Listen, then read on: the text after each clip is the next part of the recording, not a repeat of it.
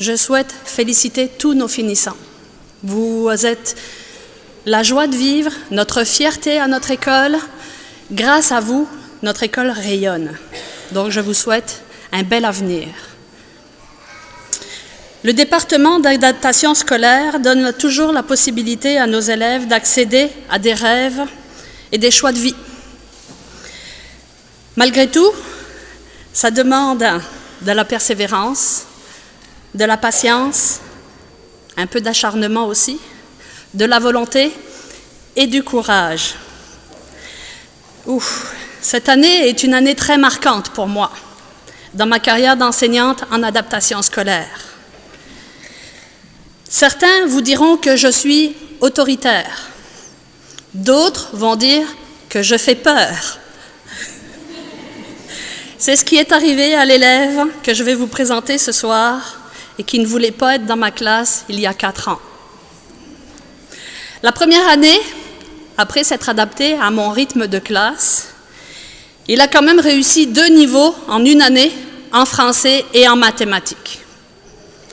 L'année d'après, comme il était intégré en anglais, en secondaire 3, j'ai voulu le mettre en secondaire 4, enrichi, mais ça ne m'a pas été possible. Donc, oui, je suis tenace et têtue aussi. Donc finalement, il a été en secondaire 5, en enrichi, avec son prof vénéré, Yannick. Il a réussi à avoir quand même à sa PE de fin d'année 96%. En enrichi, anglais de 5 enrichi. Je peux vous dire que tous ceux qui étaient dans sa classe le voulaient en équipe. Il aidait tout le monde. Depuis 2 ans, il aide en anglais, il est moniteur d'anglais, et je pense qu'il y a quelques personnes ici qui se sont fait aider par lui cette année. Vous pouvez me dire que d'avoir son secondaire 5, puis d'aller au cégep, c'est facile. Mais quand on doit faire face à son anxiété et à son stress continuellement, c'est un combat de tous les jours.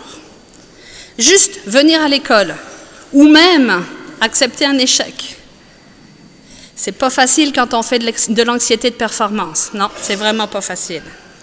Mais à force de travail et de réconfort, et quelques boîtes de Kleenex, on parvient à aboutir à des résultats et à un peu d'assurance.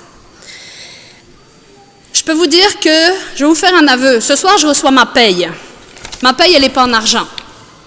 Ma plus belle paye, c'est la confiance que j'ai eue déjà avant tout de la part de ses parents, Manon et Normand.